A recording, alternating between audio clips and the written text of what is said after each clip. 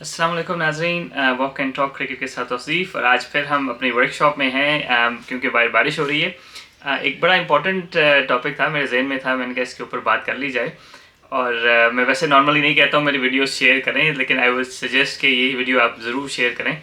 इसमें काफ़ी time and effort इसको प्रिपेयर करने में लगाइए। तो आज हम बात कर रहे हैं जो लीडर्स इनसिक्योर होते हैं उनके ट्रेट्स क्या होते हैं।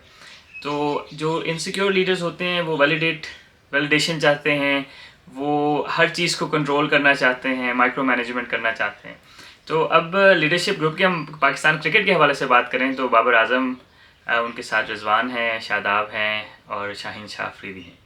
तो पिछले 2 साल में मैं ऑब्वियसली क्रिकेट को बहुत फॉलो करता हूँ, बहुत ज़्यादा डिटेल में ऑब्वियसली कुछ आर्टिकल्स पढ़े, आगे पीछे वीडियोस देखी, और ऑब्जर्व भी काफ़ी डिटेल में करता हूँ। और काफ़ी अर्से से ऑब्वियसली क्रिकेट में काम भी किया हुआ है, तो थोड़ा सा इस चीज़ का भी आइडिया है। तो एक बड़ा सेट पैटर्न है, मतलब जो इनसिक्योर लीडर्स में होता है। और अनफॉर्चुनेटली मेरे ख्याल में जो है ना, अभी हमारा लीडरशिप ग्रुप बहुत ज़्यादा इनसिक्योर है, और पाकिस्तान के लिए आइडियल नहीं है, ठीक है। और ये इनसिक्योरिटी नेचर भी होती है बाज़ लोगों की, पाकिस्तान जैसे मुल्कों में जहाँ पे हर चीज़ फ़ौरन चेंज हो सकती है, वहाँ पे थोड़ा सा इनका मेरा ख्याल है कि ज़्यादा पाए जाते हैं इनसिक्योर लीडर्स। अब उसका अगर इंडिविजुअल है तो कोई मसला नहीं, लेकिन मुल्क की टीम है तो उसका नुकसान हो रहा है। And again I am not against Babar Azam या Rizwan, this is how they have developed into right now. तो इस चीज़ को एड्रेस किया जा सकता है मेरे ख्याल में, जिससे पाकिस्तान का नुकसान थोड़ा सा बच सकता है। अच्छा, अब क्या कहते हैं, मैं फॉर्मर सेलेक्टर मोहम्मद वसीम को सुन रहा था, वो मेरे ख्याल है राशिद भाई और डॉक्टर नवान याज के साथ करते हैं। उसमें वो कह रहे थे जी पहले टीम बड़ी जल्द थी। राशिद लतीफ़ साहब अभी कह रहे हैं कि यार टीम जो है ना वो नज़र आ रहा है ग्रुपिंग, या नॉट ग्रुपिंग बट यूनिटी नज़र नहीं आ रही, जिसकी वजह से टीम हार रही है। तो मैं इस चीज़ को थोड़ा सा एड्रेस करना चाहूँगा।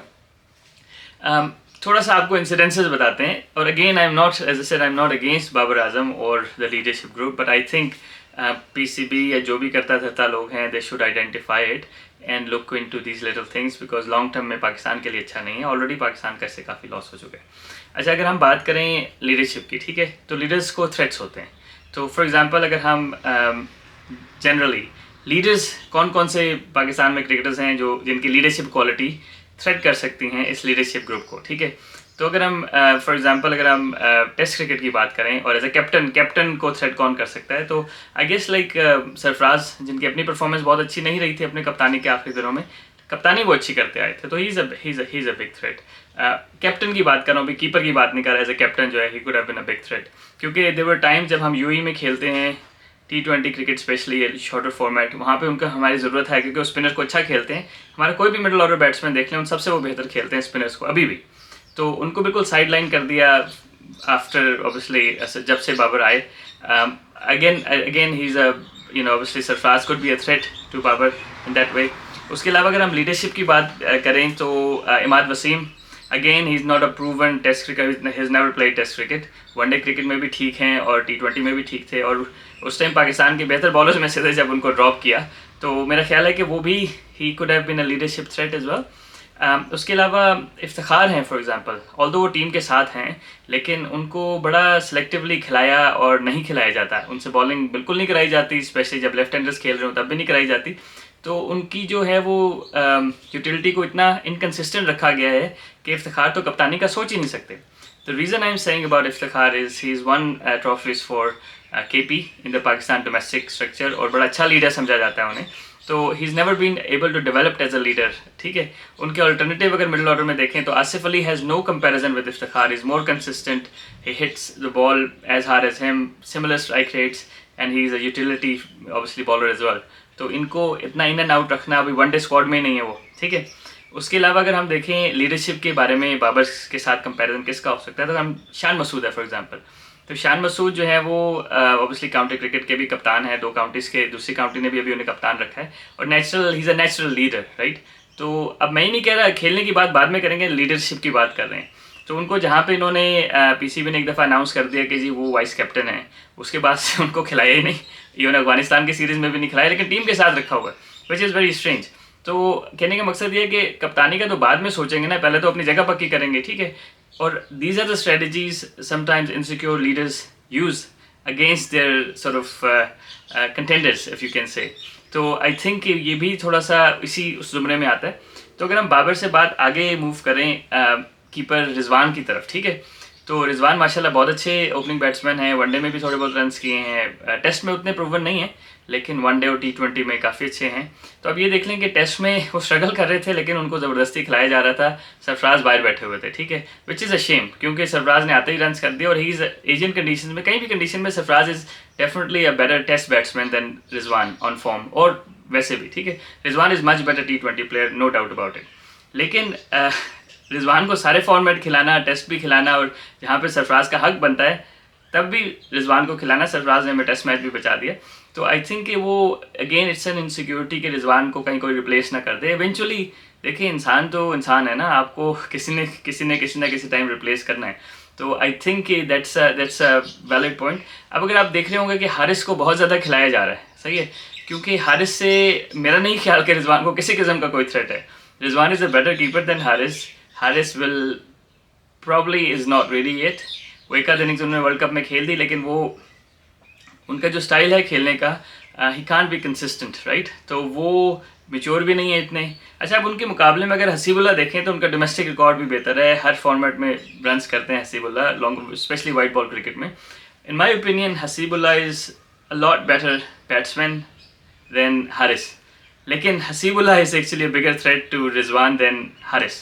सो हारिस को भी इन्होंने वनडे क्रिकेट में भी डाल दिया। सिमिलरली आज़म खान को जो है वो इन्होंने नीचे क्या कहते हैं इन किया, उसे कीपिंग कराई। तो मेरे कहने का मकसद ये है कि रिजवान के जो कंटेंडर्स रिजवान के साथ खिलाए जा रहे हैं, देयर इज़ नो मैच, ठीक है। The only match right now I think in my opinion is Hasibullah, who is actually very good batsman. He is actually not a T20 like hitter नहीं है, हिटिंग भी अच्छी कर लेते हैं लेकिन he is a genuine batsman. He will score big runs, he will consistently score big runs. उनको नहीं खिलाया जा रहा, समझ रहे हैं, और हारिस को बुला के खिलाया जा रहा है। एंड यू कैन सी कि हारिस से बिल्कुल कोई डर नहीं है रिजवान को। अच्छा, अब हम बात करेंगे इसी ग्रुप के तीसरे बंदे शादाब की। ग्रुप तो नहीं लेकिन ये जो लीडरशिप ग्रुप है, शादाब फॉर एग्जांपल, ठीक है। अगर आपने नोट किया होगा कि पिछला पूरा साल, बल्कि 1.5 साल से उस्मान कादिर टीम के साथ थे, सही है। अगर आप पाकिस्तान में किसी से भी पूछेंगे यार आपके पाकिस्तान के 3-4 बेस्ट लेग स्पिनर्स बताएं, तो उस्मान कादिर दूर दूर तक नहीं होंगे, लेकिन वो टीम के साथ रहे। अब मसला वही है कि उस्मान कादिर से शादाब को ज़रा सा भी डर नहीं होगा एज अ बॉलर एटलीस्ट, ठीक है, क्योंकि there is no match. Usman Qadir over में 1-2 लॉन्ग ऑप्स कर देते हैं, कभी फुल टॉस कर देते हैं, इनकन्सिस्टेंट है। वो पाकिस्तान टीम तक कैसे पहुँचे और इतने मैचेस कम खेले लेकिन टीम के साथ इतने अरसे रहे। Again Shadab won't be insecure with Usman Qadir there, ठीक है। ऑन द अदर हैंड अगर हम ऑल्टरनेटिव देखें तो हमारे पास है अबरार, ठीक है। अबरार को 7 मैचेस की सीरीज़ थी T20 की वर्ल्ड कप से पहले, 7 मैचेस की, एक मैच भी नहीं खिलाया। क्यों नहीं खिलाया? 7 मैचेस होम सीरीज़, एक मैच भी नहीं खिलाया अबरार को, ठीक है। तो रीज़न यही है कि Abrar could be a genuine threat to Shadab Khan. और ये मैं कोई मैं बायस नहीं हुआ, actually quite like Shadab Khan, is a very good cricketer, fielder, batsman, bowler, all round good cricketer. लेकिन उसके लिए ना उसके बेंच पे ऐसा बंदा होना चाहिए जो उसको रिप्लेस कर सके। Usman Qadir was never gonna replace him, we all know that, and that's why he was there. तो again this is huge sign of insecure leadership कि वो नहीं चाह रहे थे कि उसके ऑल्टरनेटिव कोई ऐसा बंदा हो जो उसकी जगह ही ले ले। अल्टरनेटिवली अगर हम उसके साथ देखें तो उसामा मीर हैं, he actually is definitely better bowler than Usman Qadir as well. Different trajectory से बॉल करते हैं और T20 वनडे क्रिकेट के बेहतर बॉलर हैं। मसला ये कि उसको भी बिल्कुल सीन से उसको थोड़े से चांस मिले बाद में, लेकिन कहने का मकसद ये है कि these guys should be way head of Usman Qadir. और स्पेशली उस्मान कादिर ने जितने टूर कर लिए, वर्ल्ड कप के लिए भी रिजर्व में डाल दिया या हर जगह रिजर्व में डाल, मतलब ये कि उनको टीम के ग्रुप में रखा और कि there was no need for it because there were other spinners who were better. लेकिन the spinners who were better could have easily threaten Shadab's place in the team, although Shadab is an allrounder now. अच्छा, अब similarly अगर हम देखें तो अब जिस तरह मैंने पहले बात की थी इमाद वसीम की फॉर एग्जांपल, ठीक है, तो इमाद वसीम की जगह उन्होंने नवाज़ को ले आया। अब Nawaz is a good bowler, probably दरमियान के ओवर्स के लिए, सही है। इमाद वसीम नए ओवर करते थे, नए बॉल से करते थे, सही। तो अब इमाद वसीम को जब वापस लाए हैं तो इस सीरीज़ में भी आप देख लें तो पहले 2 मैचों में उनसे ओवर नहीं कराए, यानी कि अगर इमाद वसीम ने 22-23 मैच 24 मैच खेले हैं बाबर और शादाब की कप्तानी में, तो उसमें 10 से 12 में उन्होंने अपना कोटा पूरा नहीं किया। तो एक और चीज़ लोगों को, आई नो कि स्टैट्स इज़ एवरीथिंग, लेकिन एक और चीज़ आप लोगों को ये देखें कि सेंचुरी के बाद, दूसरे तीसरे मैच के बाद रिजवान और उसका ऐसे लग रहा है कि थोड़ा सा पैचअप करा दिया गया है इमाद वसीम का, और उसके बाद आप देखें कि इमाद वसीम को पूरी अपॉर्चुनिटी मिल रही है बॉल करने से। तो जो कप्तान होता है ना, वो आपके बॉलर को बना भी सकता है और बिगाड़ भी सकता है, समझ रहे हैं? यानी कि फॉर एग्जांपल अगर आमिर ने 5-6 मैचेस खेले हैं बाबर की कप्तानी में, तो मेरा ख्याल है एक आध में ही उसने पूरे 4 ओवर किए, बाकी में नहीं किए। तो ये अगर कप्तान किसी को बनाना चाहिए तो बना सकता है, जिस तरह, लेकिन प्लेयर 19-20 होना चाहिए। वो उस्मान कादिर को इसलिए नहीं बना सके बाबर आजम क्योंकि वो 10-20 वाला मसला था, 19-20 वाला नहीं था। अच्छा, अब हम बात करते हैं ओवरऑल, अगर इसको ना, इस पूरे सिनारियो को मैं तो क्रिटिसाइज ही कर रहा हूँ, लेकिन trust me it's a genuine criticism, because जिस डायरेक्शन में हम जा रहे हैं it's not ideal for Pakistan cricket. तो अब अगर हम इंसिडेंसेस देख लें, अगर हम जो अजीब व गरीब से इंसिडेंसेस है ना, फॉर एग्जांपल, सही है, हारिस रऊफ को टेस्ट क्रिकेट खिला देना। अब मतलब ठीक है यार, आपके दोस्त हैं, सही है, सब कुछ है, वो वनडे में प्रूवन नहीं है, आप उसको टेस्ट क्रिकेट खिला रहे हैं। वही 13 ओवर में 78 रन दिए, उसके बाद इंजरी पकड़ के बैठ के अगले मैच में, मतलब कैसे इंजर्ड हूँ, and he is gone. He is a very very good T20 bowler and he is getting better into a one day bowler, but I don't think he is ready, I mean he is far from ready from test cricket.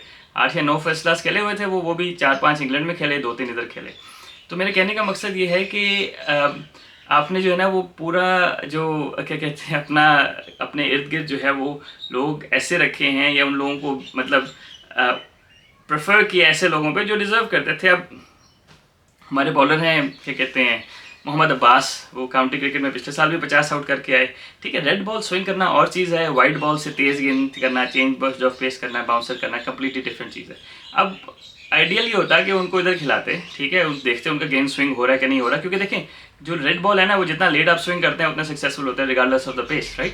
तो जब थोड़ा सा out of form हुए भी तो उनका जो late swing था वो ख़त्म हो गया था। तो it was worth looking in to it कि वो स्विंग कर रहे हैं नहीं कर रहे, उनको बिल्कुल सिस्टम में नहीं रखा गया ना, अभी वो काउंटी में फिर जाके आउट कर रहे हैं। तो आई थिंक कि टेस्ट क्रिकेट में टेस्ट प्लेयर्स खिलाने चाहिए थे, लेकिन उन्होंने हारिस रऊफ को खिला दिया, पॉसिबली बिकॉज ऑफ थिंग। अच्छा, अब आप लोग कह रहे होंगे यार क्रिकेट बोर्ड है, सिलेक्टर होते हैं, चीफ सिलेक्टर होते हैं, चेयरमैन होता है, 50 लोग और काम करते हैं, तो ये 4 लोग किस तरह क्रिकेट को रन कर सकते हैं ना? ये कैसे हो सकता है कि शाहीन शाह अफरीदी और मतलब बाबर आजम या शादाब या ये तीन लड़के जो हैं, या रिजवान, 4 लड़के किस तरह रन कर सकते हैं? तो मेरा ये ख्याल है कि उनसे ज़्यादा क्रिकेट बोर्ड का कसूर होता है, जहाँ पे कप्तान की एक लिमिटेशंस होती है ना। देखिए, हर किसी का नेचुरल बायस होता है, ठीक है, मुझे 2 प्लेयर में से एक प्लेयर पसंद है, दैट डजंट मीन कि ही इज़ बेटर, बिकॉज ये नेचुरल बायस है। तो जो सिलेक्टर्स हैं, क्रिकेट बोर्ड है, उन लोगों का काम ये होता है कि जो कहाँ पे कप्तान का नेचुरल बायस हो या कप्तान का थोड़ा सा बायस लग रहा हो, वहाँ पे उसको अल्टरनेटिव ऑप्शंस देते हैं और उसको ब्रेनस्टॉर्मिंग करके उसको बताने की कोशिश करते हैं, या तुम जिस तरह देख रहे हो शायद इस तरह चीज़ें हैं, नहीं है। लेकिन अनफॉर्चुनेटली ऐसे लग रहा है कि बाबर को फ्री हैंड दिया हुआ है, और अगर आप देखें तो सेठी साहब ने कहा जी बाबर मुझे मिलने आया तो मैंने उसको एश्योर कर दिया भाई कि तेरी कप्तानी को कोई खतरा नहीं है, ठीक है।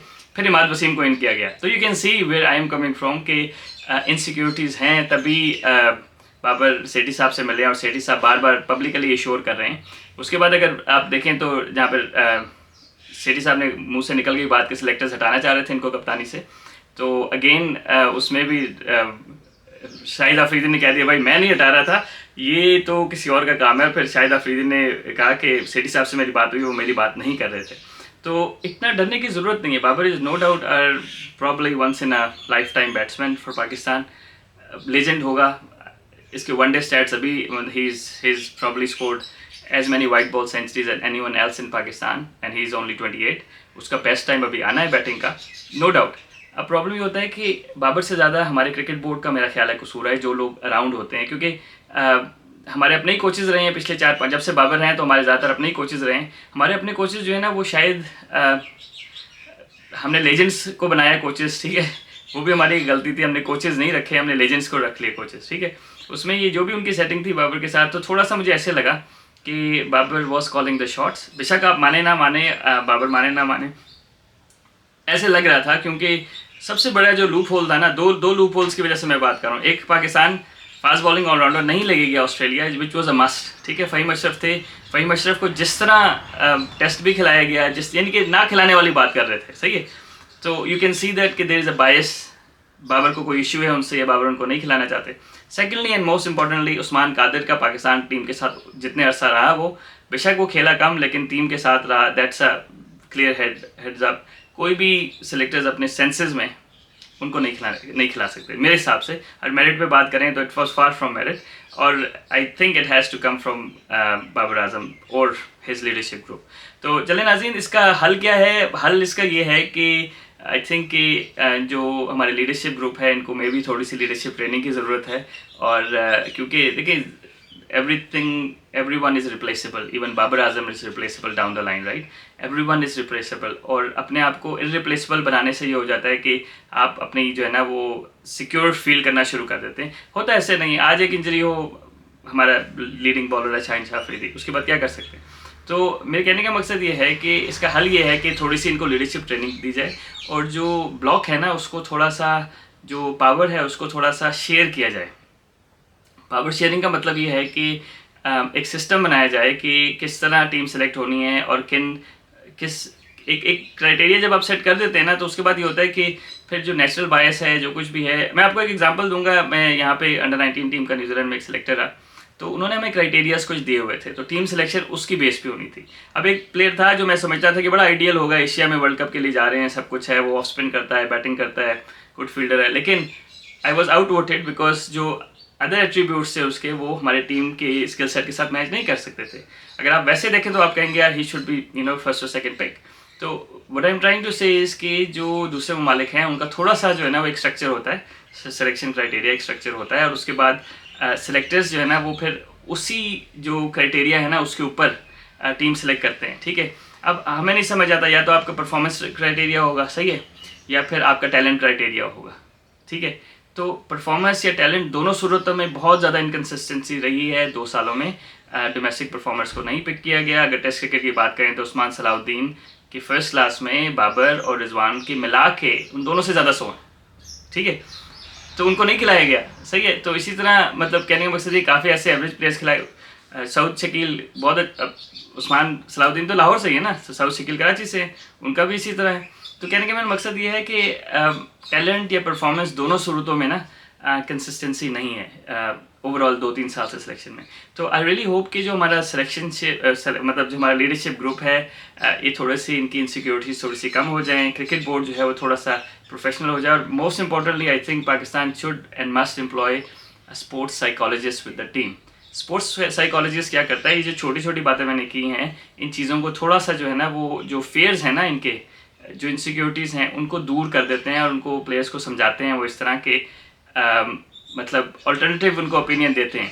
तो उससे ये होता है कि प्लेयर्स की जो इनसिक्योरिटीज़ हैं वो थोड़ी सी शायद कम हो जाए, और प्लेयर्स और बेहतर परफॉर्म करने लग जाएं, रादर देन कि वो एक दूसरे को जो है ना वो अपने दोस्तों को सेव कर रहे हैं या अपने दोस्तों को खिला रहे हैं।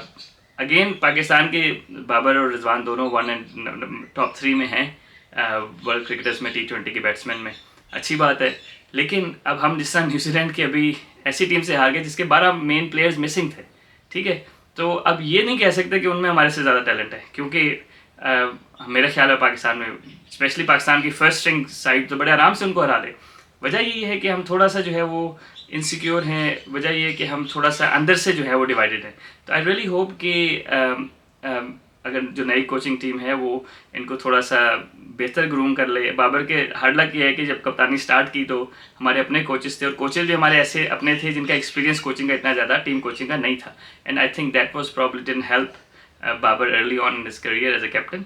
तो चलें नाजरीन, बहुत लंबी एपिसोड होगी, बड़ी सीरियस थी, मेरा ख्याल था बहुत ज़रूरी है। आप नॉर्मली मैं किसी वीडियो के लिए नहीं कहता, लेकिन इस वीडियो को ज़रूर शेयर करिएगा। मैंने बड़े वैलिड पॉइंट्स उठाए हैं, आई होप कि इससे जो है वो अगर पीसीबी वाले सुन रहे हैं तो इससे किसी का कुछ फ़ायदा हो जाए। अपना ख्याल रखिएगा, वीडियोज़ हम बनाते रहेंगे वॉक एंड टॉक की, बस आज बारिश की वजह से इंडोर बनाए। अपना ख्याल रखिएगा, अस्सलाम वालेकुम।